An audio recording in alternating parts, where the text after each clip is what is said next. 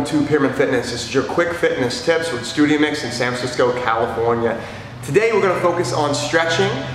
This is something that most of us are missing out on. This is not necessarily our favorite thing to do, and most of us avoid stretching. But stretching is super important. What are the best stretches to do? Well, that's what I'm here for, to show you today. Let's go over a few stretches that I do every single day with every single workout, and I'll give you a little bit of help with creating a strategy for yourself so that you can stretch and you can feel better. So let's head to the floor. All right, so the first stretch we're going to do, you're going to get on all fours on the ground, so knees under the hips, hands under the shoulders. You're going to step forward, bring your foot to the outside of your hand, same side, bring back the back knee a little bit. What we're going to do at this point, we're going to bring the hand across on top of the other hand, and we're going to slowly lower elbow down toward the inner arch of the foot.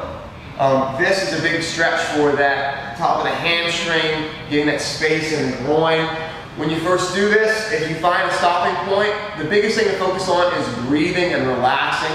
Another thing I want you to do with your foot, if you have issues with position, I'll come straight on so you can see. If you have issues with position when you come down, you can walk your foot out a little bit. You can also turn your foot out, put the weight on the outside edge of the foot, and maybe that'll give you more space to get down. Over time, as you become more flexible, maybe your foot is more forward and tighter into the body.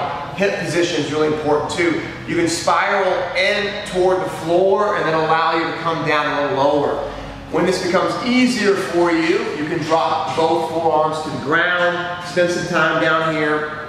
I always generally do about 20 to 30 seconds and I'll switch sides. So 20 seconds, 30 seconds on one side, 20 to 30 seconds on the other. Additionally, while we're in this stretch, so we're here, sinking down. There's a little more we can do in this position. What I like to do is throw in my quad into the mix. So I'll turn this away so you can see. I'm doing my stretch. I come up. I'm going to reach around over my thigh and grab my back foot. I'm grabbing the outside edge of the foot, and then I'm sinking my hips down toward the floor. I'm going to drop my forearm down the floor, rotate, pulling my heel toward my butt.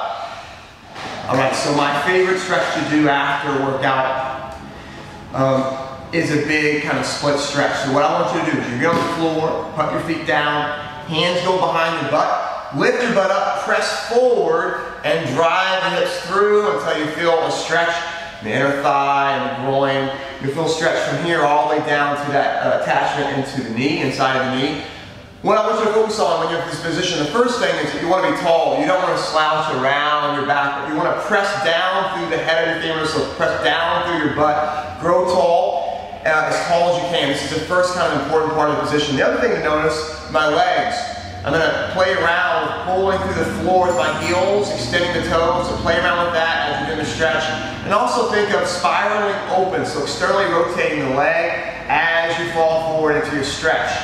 So, we're on the floor, we're getting as tall as we can, we're going to fall forward, hands go on the floor, try to sit or be on the floor that's a surface you can kind of slightly get traction on through your hands and pull. Make sure that while you're pulling through the floor with your hands, your shoulders aren't slouching down, but they're always pulling down your back. Good, and you're staying engaged. Spend time in this position. What I normally do is I sit down, I look at the clock, and I try to spend at least 5 minutes. Most of the time more, but at least 5 minutes in my spot. And you'll notice during those 5 minutes, you'll be falling forward more and more and more, and your body's going to give you that space, that allowance to get deeper into the stretch.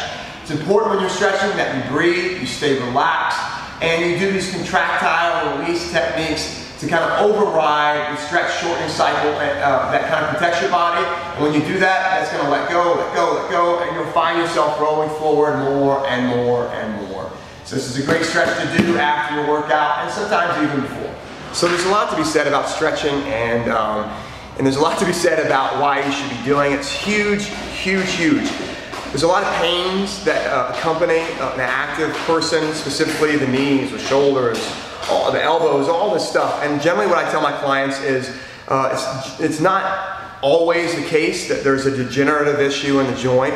Most of the time the issue is upstream, downstream. So if your knee hurts, you probably have tightness above the knee and your quads, your groin, your hamstrings, or below the knee.